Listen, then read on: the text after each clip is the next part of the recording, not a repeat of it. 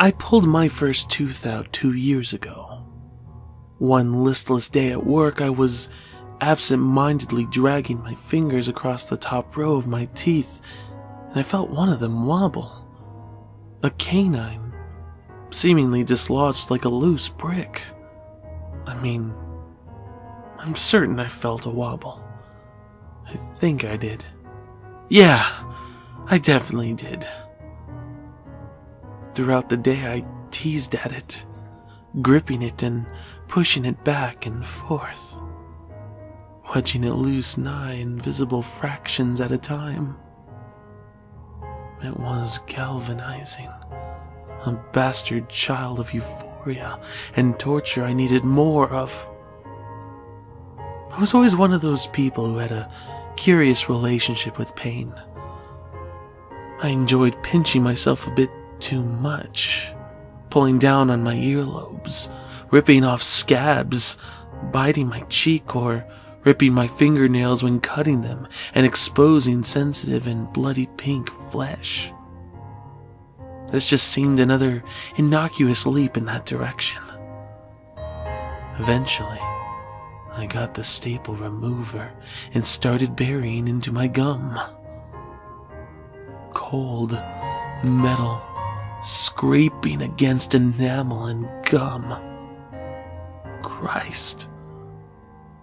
It was as if I could hear it bounding around in my ear canals. It got to the point where every touch seared the nerves, until I knew the teasing couldn't suffice anymore, and I ripped it out. I held it in my hand, covered in gum remnants and blood, while my tongue entered the now exposed hole, stabbing hard to squeeze out and embrace the new pain. A burning jolt each time the tip brushed against the raw, birthed wound.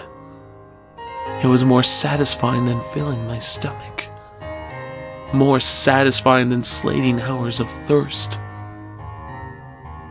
It was more satisfying than anything I'd done or had done to me.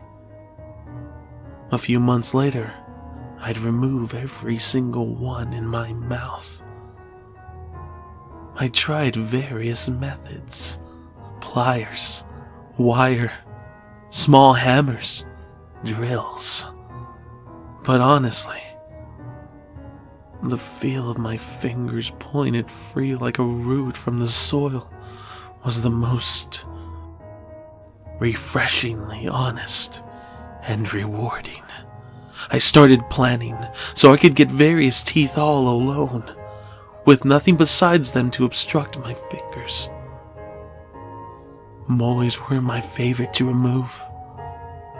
To call it a fetish seemed to demean and patronize it to a purely sexual level. It was beyond that. I tried to recreate the sensation with fake teeth, plastic, metal, or even wood that I'd pierce into my gums and wedge free. But it didn't suffice.